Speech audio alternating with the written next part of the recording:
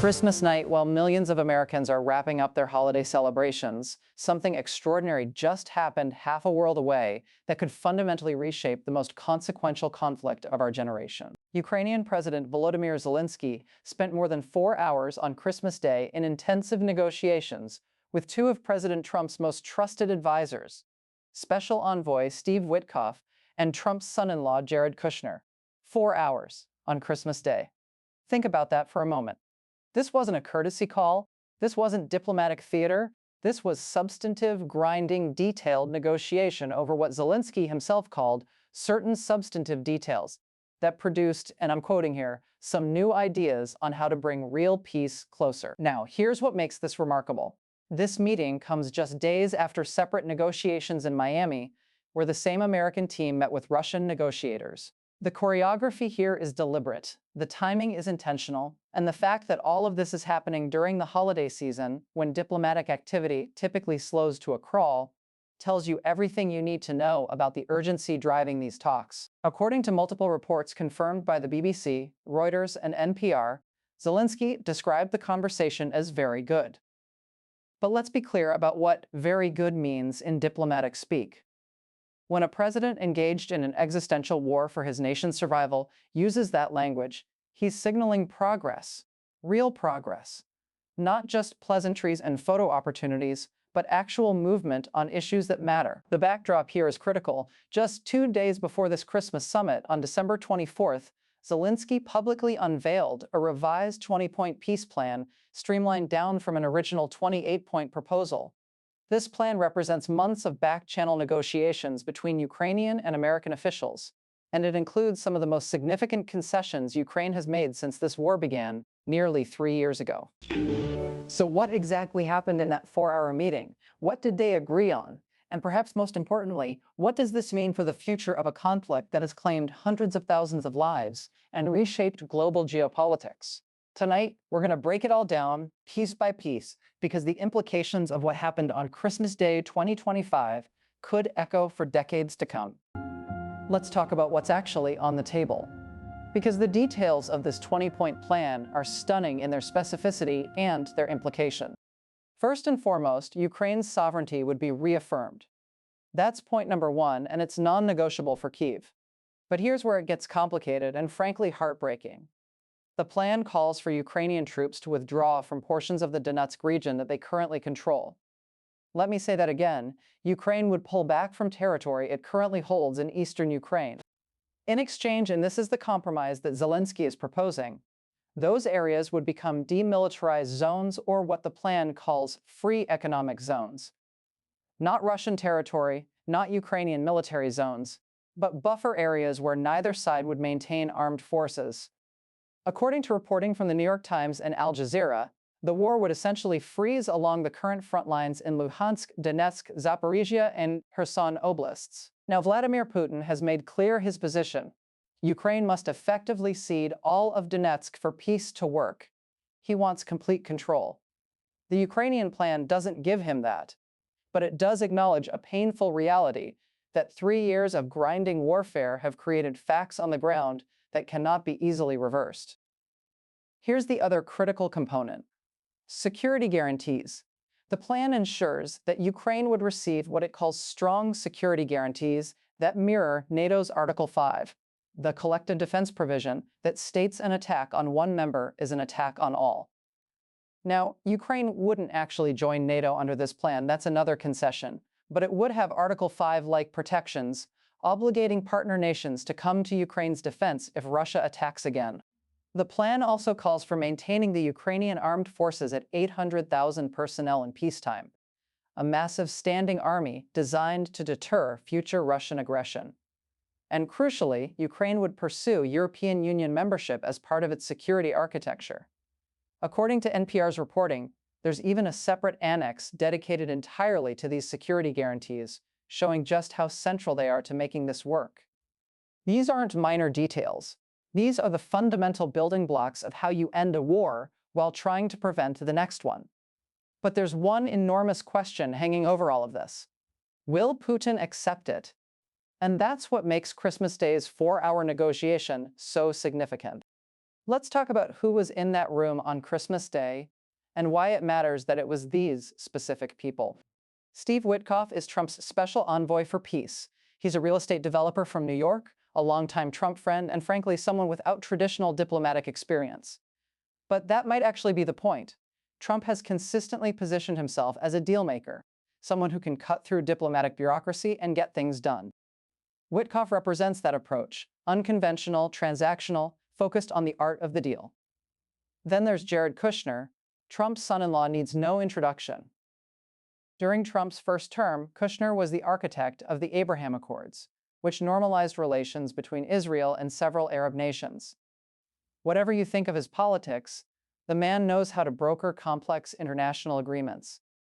His presence in these Ukraine negotiations signals that Trump is treating this with the same level of priority he gave to Middle East peace efforts.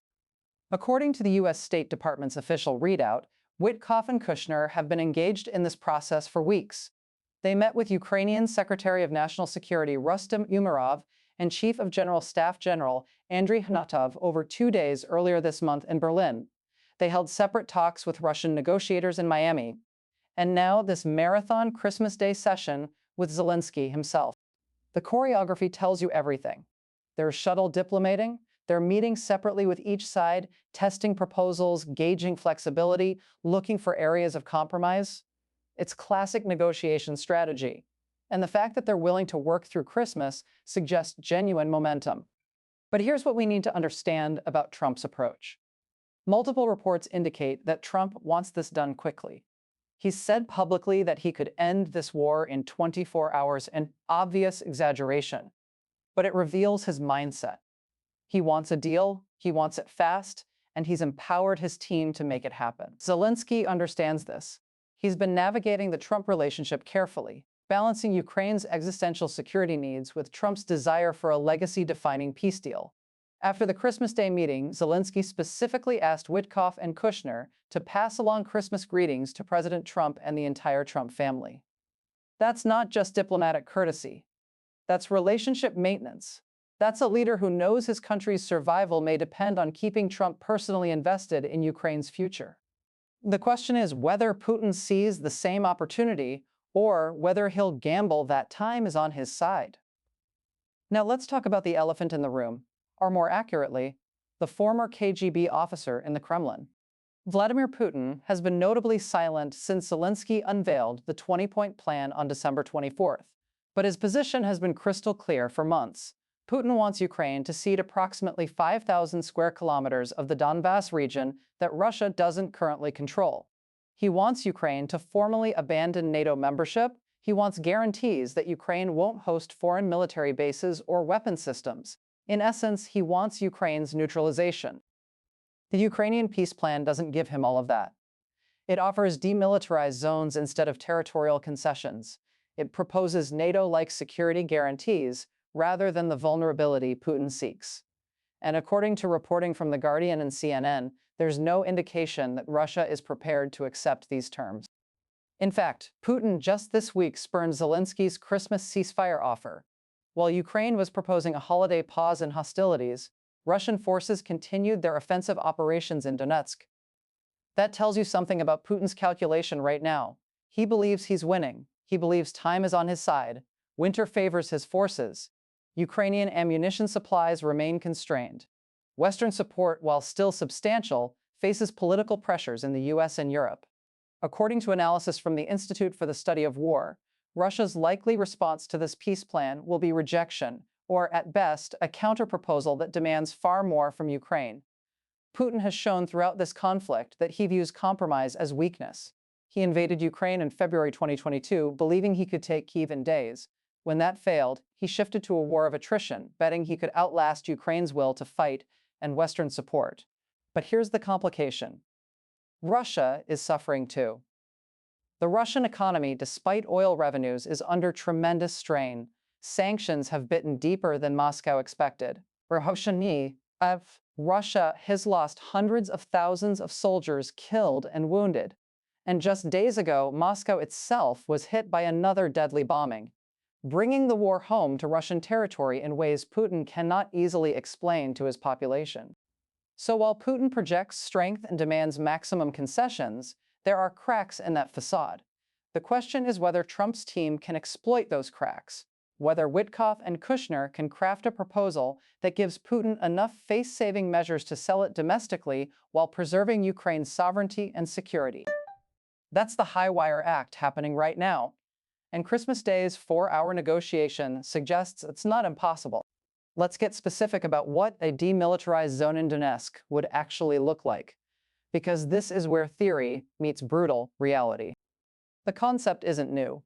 We've seen demilitarized zones work and fail throughout history. The DMZ between North and South Korea has maintained an uneasy peace for over 70 years. The Green Line in Cyprus has separated Greek and Turkish communities since 1974. But we've also seen DMZs collapse, like in Rwanda before the genocide, or become frozen conflicts that never get resolved, like in Moldova's Transnistria. According to Al Jazeera's analysis, the Ukrainian proposal for Donetsk is designed as a signaling mechanism. It's Kyiv saying, "We're ready for peace, we're willing to compromise, we'll pull back our forces from areas we currently control if it means ending this war." But here's the catch. It only works if Russia reciprocates. The plan envisions these demilitarized areas potentially becoming free economic zones, areas where commerce could resume, where civilians could live without active warfare, but where neither military controls. International monitoring would be essential. Think UN observers, OSCE monitors, perhaps even NATO country personnel on the ground ensuring compliance. But let's be realistic about what this means for Ukrainian citizens living in these areas. We're talking about people who have lived under bombardment for nearly 3 years, people who have lost family members, homes, entire communities. The idea that they would now live in a buffer zone, not fully under Ukrainian control, not under Russian control, is complicated and painful. PBS reporting indicates that Zelenskyy himself acknowledges this is a compromise, not a solution. He told Ukrainian television that the proposal regarding Donetsk is designed to be discussed, to be negotiated. He's not saying this is the final answer. He's saying this is a starting point for serious peace talks. The devil, as always, is in the implementation. Who monitors the demilitarized zone? How do you ensure Russia doesn't simply use it as a staging ground for future aggression? What happens to Ukrainian citizens who want to return to their homes in these areas? What about property rights, legal jurisdiction, governance? These aren't abstract questions. They're life and death issues for millions of people. And the fact that Witkoff and Kushner spent 4 hours on Christmas Day working through these details with Zelenskyy suggests they're taking these complications seriously. But whether they can craft a framework that's both enforceable and acceptable to all parties, that remains the billion-dollar question. So where does this leave us? What are we watching for in the days and weeks ahead? First, Russia's response. Putin has to decide whether Trump's involvement creates enough political cover for him to engage seriously. Does he see Trump as someone he can work with, someone who might lift sanctions, normalize relations, give him geopolitical wins that would make a compromise in Ukraine palatable? Or does he calculate that he can hold out longer, that Trump's political capital will diminish, that Western unity will crack? We should know relatively soon. According to multiple reports, there's an expectation that Moscow will respond to this peace plan. The fact that Russian negotiators met with the Trump team in Miami last week suggests they're at least engaged in the process, even if they're not ready to accept Ukrainian terms. Second, watch what Trump does. Does he apply pressure on Putin? Does he threaten consequences if Russia doesn't negotiate seriously? Or does he apply pressure on Ukraine to accept more Russian demands? Trump's public statements in the coming days will tell us a lot about how he's approaching this. Third, European reactions matter enormously. Ukraine's security guarantees depend on European commitment. If Britain, France, Germany, and Poland are willing to provide Article 5-like protections, that changes the calculus. But if European leaders hesitate, worried about provoking Russia or getting drawn into future conflicts, then Ukraine's security framework collapses. Here's what we know for certain. Christmas Day 2025 represented a pivotal moment. 4 hours of intensive negotiation between Ukraine's president and Trump's most trusted advisors produced what Zelenskyy called new ideas for bringing peace closer. That's not nothing. That's meaningful diplomatic progress at a time when the world desperately needs it. But let's also be clear-eyed about the challenges. This war has raged for nearly 3 years. Hundreds of thousands are dead. Entire cities have been reduced to rubble. Trust between Russia and Ukraine, never high to begin with, has been incinerated, and Putin remains a revanchist autocrat who sees compromise as weakness. Can Trump's unconventional team thread this needle? Can they craft a peace that's both just and sustainable? Can they convince Putin that the costs of continued war outweigh the benefits of a negotiated settlement? Those are the questions that will define 2026. And it all started with a 4-hour meeting on Christmas Day. We'll be watching. That's our show for tonight. Thank you for joining us.